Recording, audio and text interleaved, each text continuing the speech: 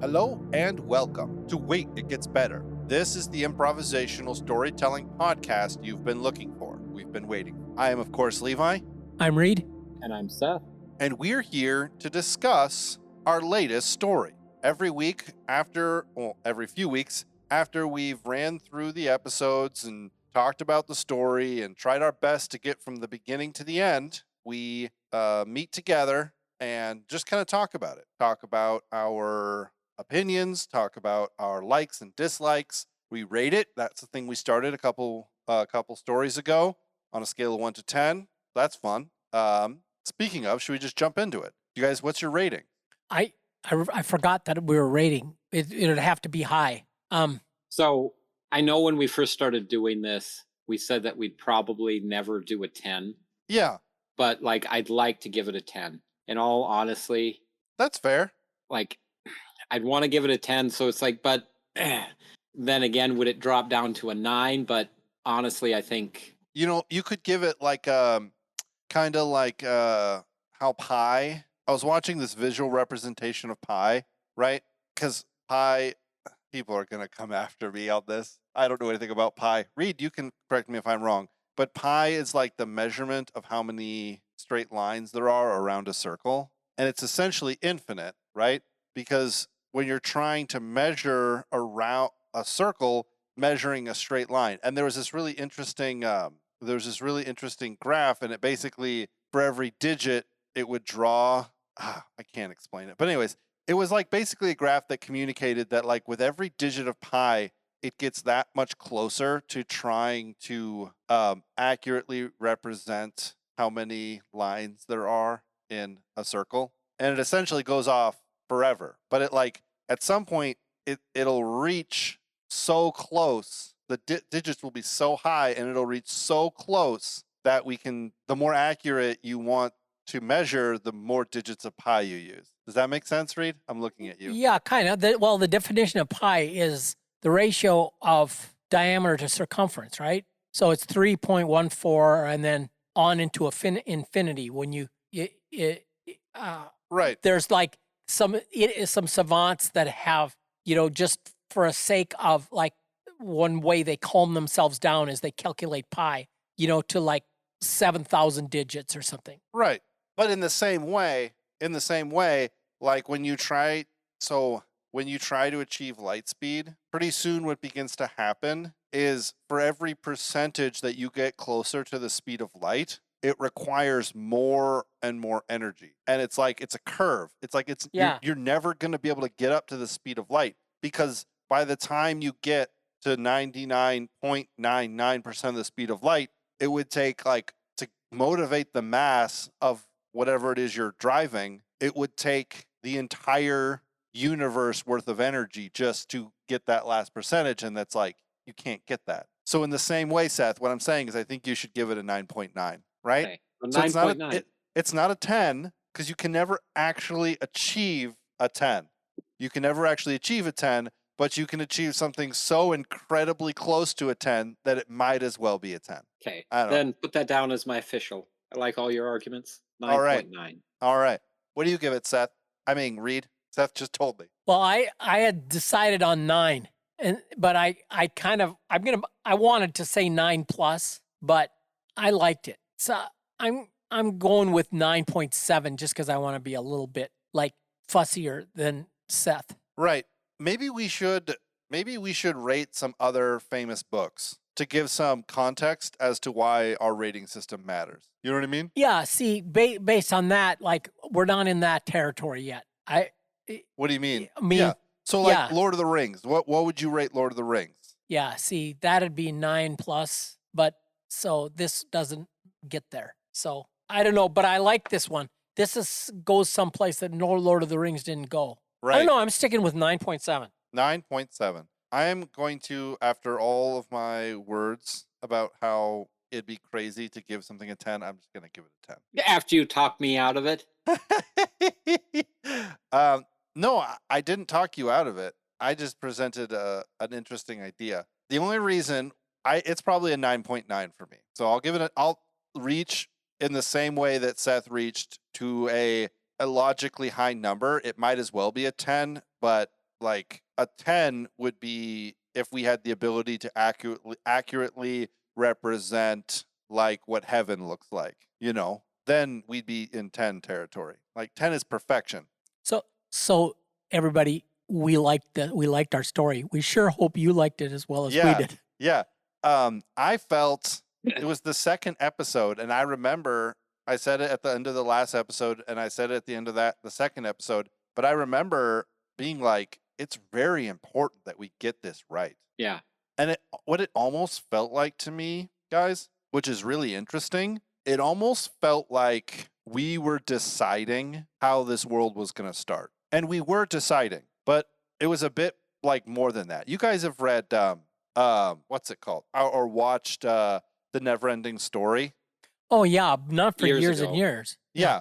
It's on the Plex, I think. Yeah, it is. That's one of the things that I've always felt that felt like this. It was like I wasn't just coming up with cool ideas, but somehow I was participating in some reality that was being written down, Right. It's like the who was it that sang the world into existence in the Aslan. No, not Chronicles of Narnia, The Lord of the Okay. Rings. Oh. Was it the Neldar? Noldar? That was what. I've got the Cimmerillion right here. If it says so, Yeah. like. Did we come up with a name for this story? I called it the Nomadic Strangers. That was like after the first episode, before it really took off. So I feel kind of bad about that, but here we are. The Anur, and that's where Melkor was. Oh, yeah. The AINUR. That's what it felt like I was participating in. So thank you guys so much, and thank you so much to whoever is listening. Rarely do I feel like when we're creating a story like this that I am participating in something that's actually true. A lot of them are really cool and fun ideas, but they aren't just true. And that's a real big thing that I felt in this one. This one was a lot more symbolic. Like we had the creatures, we had real people who were doing real things. We had Heavy Spear, we had Greta, we had the Wise Old Man. But at the end of the day, they were sort of these kind of innocent vessels that were representing some sort of reality. Yeah, I attribution time. I ripped off a way of expressing something that was from C.S. Lewis's space trilogy, the middle book, Paralandra, where the queen is being tempted by the serpent in the shape of Winston. Winston, yeah. Yeah, Winston's body. And she after she listens to Winston, she tells Ransom, "I was so young and now I'm older." And I kind of I was trying to picture Heavy Spear and his encounter in the valley with the others, and the seduction and the instinct to fortify and keep what we've got, and he just says, "I want to stay young. Let's go." I used that, and I thought that fit. I want to stay young. Right. Often I have, like, in both hands, have viewed the death of innocence as a bad thing, right? Because oftentimes it is. Yes. But I've also oftentimes viewed the death of innocence as just what's going to happen. And so you saying things like, "I want to stay young," it's really weird because in one part of my heart, it says, yes, Heavy Spear, stay young. Like there's wisdom in innocence, not ignorance, in innocence. And then another part of me saying, well, he's going to have his heart broken anyways. He might as well get it over with. Yeah. That's an interesting thing. Especially I was thinking about, as you were saying that, like with children, the idea of protecting innocence, and not only protecting innocence, but teaching them to protect their own innocence, of saying there's like innocence isn't the inability to do what's right. Innocence isn't, oftentimes growing up, the idea of the Garden of Eden, in the Christian Bible is that Adam and Eve were like they're like children. You know, they weren't very smart. The serpent didn't have to like do a lot of work in order to deceive them, you know, and that is given the place of innocence. And so I think maybe it's a lie of the evil one, because part of my brain says, well, they really needed to have their innocence broken, because like how could they have like grown up and really followed God if they were like as kind of like dumb as they were, you know, which is such a lie from the pits of hell, you know. Anyways. Which I do believe, I think that's where some more Gnostic ideas go, is that the serpent or Satan was doing them a favor, Right. and that was actually the good thing. And it's such a twisted idea, but that is where that thought process, I think, is, you know, where some of them get off to that and then turn, you know, Satan or the serpent into that light bringer. The, you know, how would have they known to really, you know, be one with God unless they had gotten to this point and worked back up to something better? Or Yeah, I remember in my younger years, I read a book about Satan. It was a fiction book written about Satan, about how he was just really hurt. He was really hurt with the fall. It was a confusion, it was a mistake, and he was just trying to he was trying to show God how much he loved him, actually. And he was trying to help the humans. And I remember, like a little child, I just opened up my heart and I just allowed that reality to just come in, and I just started to believe it. And then I was kind of, as I'd been thinking about it for a couple of weeks, I talked to my brother about it, about this idea about, you know, how the devil, he wants to like repent and come back to God. He just doesn't know how. And he looked at me and he goes, "Show me that in the Bible." And I couldn't. And I repented, because that's not true. To put it lightly, not true.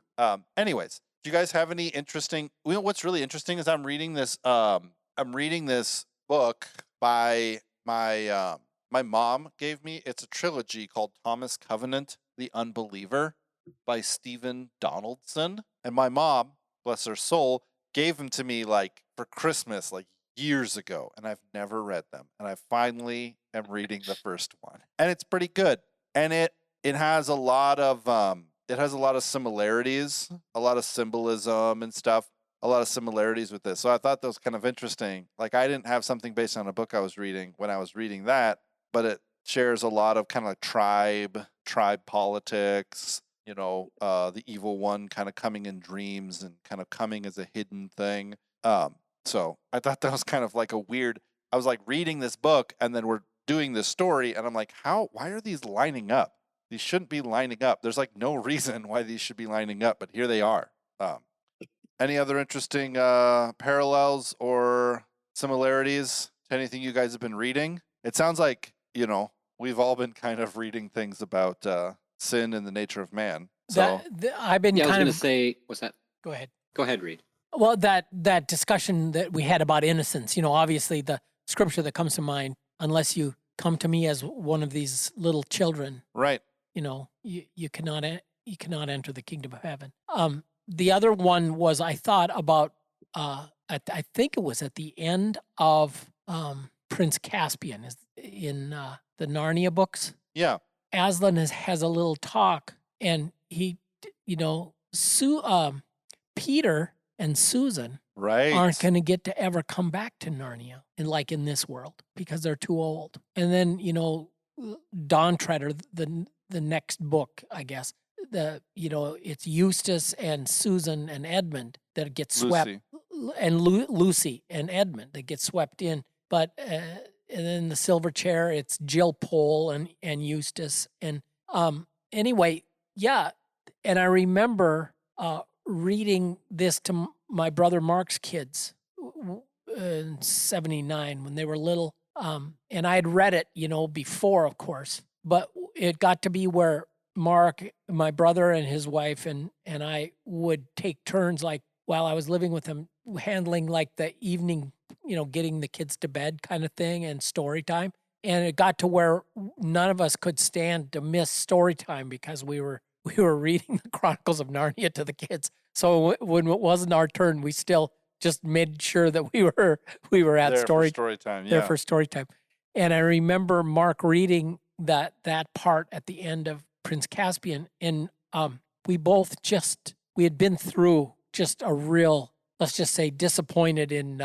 This was the summer of 1979, and I was 27, and John Denver's song, I was born in the summer of my 27th year. I just found out what country music was about. I'd lost my girl, my job, my truck, my house. I knew all the country songs. The only thing I missed out on was a dog, and I made a joke about it. But it was not. It was a passage that people go through when they have their hopes and dreams crushed, and they have to start and redefine what I count as happiness. What is that going to be defined as now? Since all my definitions are up in smoke, Right. But that's just like one very thin, kind of surface veneer. The whole process, that concept of losing one's innocence is, libraries could be written about it. But Right. I remember looking at my brother Mark, and both of us had been through things since the last time we'd read the Chronicles of Narnia that we didn't understand about losing innocence the first time we'd read it. Right. And we both wept, and I remember Scott was, "Why are you crying?" I said, "It's sad that they are too old to go back to Narnia," and they kind of got it. But anyway, so that's what was going on in my mind. But I loved this idea. I got to do the happy ending, Yeah. which I just really enjoyed. I got to do beginning scene and happy ending, actually. Yeah. You got to bookend it. Yeah. Yeah. That's one of the things I liked. One of the things I liked, I think if I had done the happy ending, then I would have had it so that they all traveled to farther into the forest. Yeah. But I don't know if it was you or Seth that came up with the thing that it did split. Yeah. Well, this is what I wrote down before we recorded for my notes for what I wanted the happy ending to look like. Yeah. I had Blue, which was, who was the dog that had passed on to the dream world. Blue, back from recon, says that the far camp, the camp in the far hills, is not under the shadow. So Heavy Spear and Blue's shaman, the wise old man, the dream walker, Greta's brother, persuade all but a few to gather their things and go. That's how I had visualized it before we did the last episode. But And I don't know if it made it into I don't know if I said this at the end of the last one, but I had an image then, especially with that idea of the ending, that, either in the dream or, the 5 or 6 years later when they're coming back through and they come back through where that camp should have been, right? Or either they go check it out, later, or when they do cycle back through, or somehow this visualization that the people that would have stayed built up something seemingly glorious, but it was dead, empty, no one lived there anymore. Oh, and it man. had become nothing. Yeah. And it was then, for all the seemed to necessity to need to settle down, build something strong, make something last, that then over time, where has it gone? It built up, and through the, as I think our story got, that these things of that evil one, kind of took root in that, over possession or over materialistic, whatever you want to call it. I don't want Right. to sound too communist here, because I'm not a communist and I don't like it. So anything I said, I hope that didn't come across that way. But all those little things, those divisive things, ultimately being that it was not what whoever had put these people on their path years ago told them not to do, right? Right. But to watch it build up to something slightly magnificent and basically crumble upon itself, destroy itself with, envy and strife and malice. And Yeah, I almost have this picture of like someone comes back to it, right? And now all the trees have been cut down Oh, and none replanted, and the ground is all dug up and not reseeded, and the buildings are collapsing, and the person's like, yeah, it was good here, but we heard that it's really good if you just travel this direction, travel west or travel east, or that's where the big city is. That's where things are really happening. And almost like this kind of like the grass is greener on the other side idea Yeah. of like, we've used up everything here. There's nothing good for me here. Now I'm going to go. Now I'm going to leave, I've just become more and more of a fan of like endurance, taking what you have been given and taking what's been allotted for you and like running with that, rather than trying, all throughout my life, I have tried to find the thing that will answer all the questions. And I'm learning slowly that that just doesn't exist. You're going to answer some questions. You're going to go to your grave with other questions. Can't get everything answered. So now, are we going to say, just wait, it gets better? Or like, well, probably going to be crappier next time. I've already no, hit the 9.9. Yeah. It's all down here from here, boys. No, I think we'll do just fine. Yeah. I have a really cool magic system for the next time I get that I'm excited. But I liked the whole subtle nod to the cross thing with the sword, and then they start like marking the cross, which is this, to them it's the symbol of the sword. To me it's the symbol of the cross, but to them it's the symbol of the sword. So they start wearing wooden carved swords on their necks. Yeah. As kind of like a ward. Uh-huh. I like. I know. I was gonna say too. There was so much with it that was.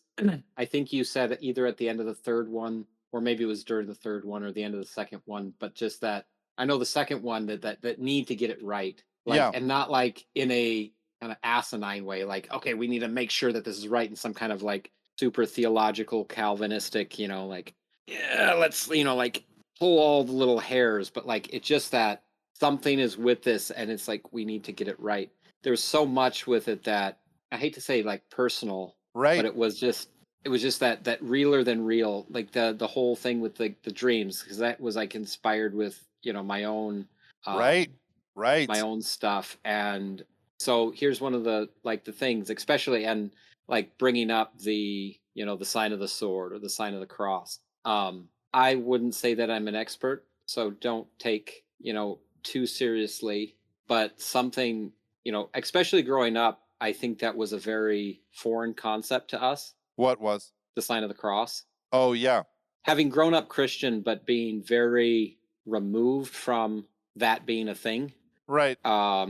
In, let's say, to put it as simply as possible, the things that I face in my dreams, that has been a huge and large tool of help and aid. That's awesome. So it's like, because I remember like when it came up and it was like, well, how does this happen? Well, like how do they like confront these things? And so like I kind of gave a list, but then I came back later and brought up, making the sign of the sword, because that's, the real reason for that is that has been a much more helpful tool. So I don't know like how other people dream. I know that, there's a large variance in them, but in the ones where I'm, let's say, consciously making actions and reactions to things. Yeah. That has been extremely helpful. Yeah. To our listeners, we don't just come up with cool ideas. We're like human beings. We're like human beings, man. No, we're like human beings. We put in We are things. human beings, just like you. Don't worry, we are human beings. We are very human. No, but we are from France. But we're human, I can't list the amount of times that I have created heroes that struggle with things that I struggle with, and tried to make sense of systems of government that I feel like I'm under, And I think part of me thinks it's okay for an author to write a story that is completely removed from anything that they're going through. But there's a certain power in the story of Helm's Deep in Lord of the Rings, there's a certain desperation to it. And part of that desperation and part of that feeling of hopelessness and finality that a lot of the characters had and represented was because Tolkien suffered in World War I. Right. I think he was at the Battle of the Bulge, wasn't he? No, he was in World War That's One. World War II. Yeah, he was in Which one was he in? The Battle of the Somme. Yes. That's when that's what it was. They went over the top, and within an hour, untold thousands were dead. Yeah. And it's like that, we don't know how much he was processing his own trauma by writing that, and how much he was just you had the touching point, the reference to desperate situations, and was able to communicate that. And that's part of what makes Lord of the Rings so powerful, in my opinion, is that he has that there was a real good that Tolkien was trying to preserve in his own life, and there was a real evil that Tolkien knew he was set against in his own life. Yes, exactly. And that's one of the reasons why I appreciate, Seth, that your magic system was this dreamwalking thing, and that you experience this dreamwalking thing, because I'm not saying you experience it the same way, but you experience something like it. And it's like, that's the reality. If we can pull the reality of what happens to us in our lives into our stories, then we have done our job as storyteller. We have done our job as mystical translator, like we've translated the mystic arts into a way that people can read the story and understand. Frodo talks to Gandalf about Gollum, right? When he notices that Gollum is following them, and he says, it's a pity I didn't kill him. Yeah, it's a pity. Well, Bilbo didn't kill him, and it was pity that stayed his hand. That didn't happen in Moria. That happened in the Shire, actually. But there's in the movies, my brain's getting conflicted, but in the movies, Frodo talks about, I wish the ring had never come to me. Yes. And I cannot express, I understand. I wish the ring had never come to me. This great burden that I've been given, I wish it had never come to me. And then so do all who live to see such times, and it's so beautiful. Like, my brother, Isaac, will quote these random parts of books to each other. Like, death is as light as a feather. Duty is as heavy as a mountain. That's from Wheel of Time. Yeah. And I readily believe that these things that authors have written, and maybe in this story we have scraped against it accidentally on purpose. Yeah. The real ability to take truths that exist inside of our hearts and that exist in our spirit, and then lock them in and solidify them, so that when someone else opens up this story, they can experience that truth as if it was communicated to them. Like, dude, if there's anything I could do as an author to just do that would be it. So from my own experience, I was just thinking about my hero. Yeah. Since I was when I was 16, I got my driver's license. I was 5'3", 110 pounds. Yeah. I'm not kidding. I topped out, I got my late growth spurt and topped out at 5'8". And let's just say I never planned a career in the NBA, although I did really like basketball a lot as a kid. I still like it. But anyway, I wrote the heavy spear, heavily muscled, stands a head taller than most of the others. This is not from my experience. The spears he carries in the hunt are literally heavy, crafted from hardwood, but he has the strength to wield such a tool deftly with agility and precision. Oh, to have that, that's why I'm a sports fan, because a guy can dream, can he? But but anyway, but there was one little thing that I captured, and I'm really grateful I did. I wrote this down. Although these are a people without war-making tradition, because they had never met any others. Right. They had no war. They're a people without war-making tradition. When encountering these new, strange others, they naturally looked to Heavy Spear for leadership. And like, he was completely, had no clue how to right. Manage a battle, so to speak, or lead in a battle, because they didn't have a concept of one. Right. And that's another thing I was really glad with, is that we didn't have to ever have it come to like a pitch battle, right? Because the reality is that they wouldn't have any prowess, and anyone who came against them would have to be evil, and therefore would have to have the prowess. And then how do you match inexperience? And then the whole apocalyptico. Was it apocalyptico you were referencing, Seth? That was one of the heavy ones I was referencing. Yeah, where it's like you're not necessarily a warlike, but you're kind of driven to it. There were so many aspects. I like the sword. I mean, I came up with it, so I like it. But I like the sword. I like how it Inspired. What?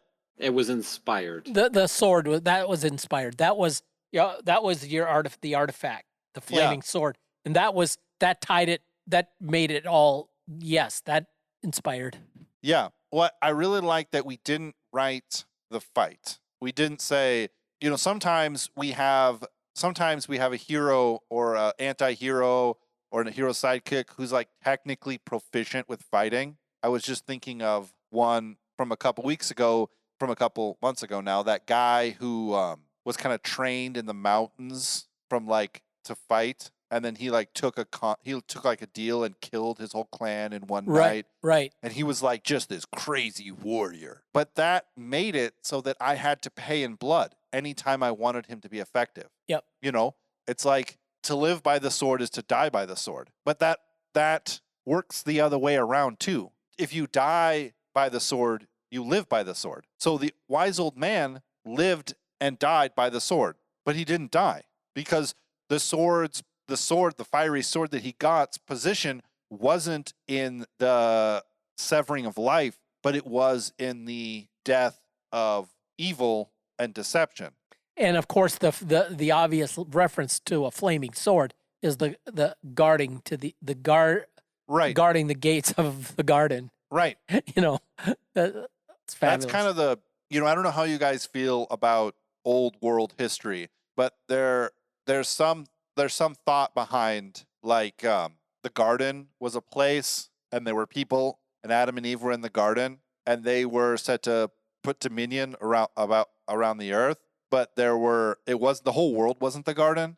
There was just the garden was there, and maybe there were people outside of the garden who were kind of not dumb, not less evolved, but who weren't awake yet, who were just kind of following the rhythm of not habitat of what's it called, the thing that animals use to determine how to do things. Instinct. Yeah, Instinct. just following the rhythm of instinct. And Adam and Eve's sort of great calling was to organize the garden, and then eventually to leave the garden and to sort of raise the people up and come to them and be the thing, and then bring them up back into sort of a higher mind. So it's like Adam and Eve were the first woken people, and then there were these. And so if you look at it like that, this was a clan, and it's like they had never met anyone else. How old were they? They weren't marrying each other. There wasn't enough of them. They just were there, and they weren't supposed to talk to anyone else, right? That was the directive that God had given them. And then this other thing came in and began to sort of sway them. And maybe he wasn't allowed to leave the garden. So maybe this is like post-fall. So the fall has happened some thousands of miles away. And now this being, the devil, can now come out and start to turn people against each other. I don't know. It's an alternate history. I have zero evidence to back that up, but it's kind of an interesting concept. I know not, and I don't know, I don't know if this is completely true, but it is the one thought that in the creation account where, in the 6 days he makes, the animals and man, right. Taking into account the two different kinds of making man. And there's some thought that goes into an idea that he made man, so like a general man, right? And then he made Adam and Eve and placed them in the garden. Right. Two different creation of man stories where there was, because then, who is Cain afraid? If they were the only people at the time, who was he afraid that the quote unquote others were going to kill him if he had this, mark? Right.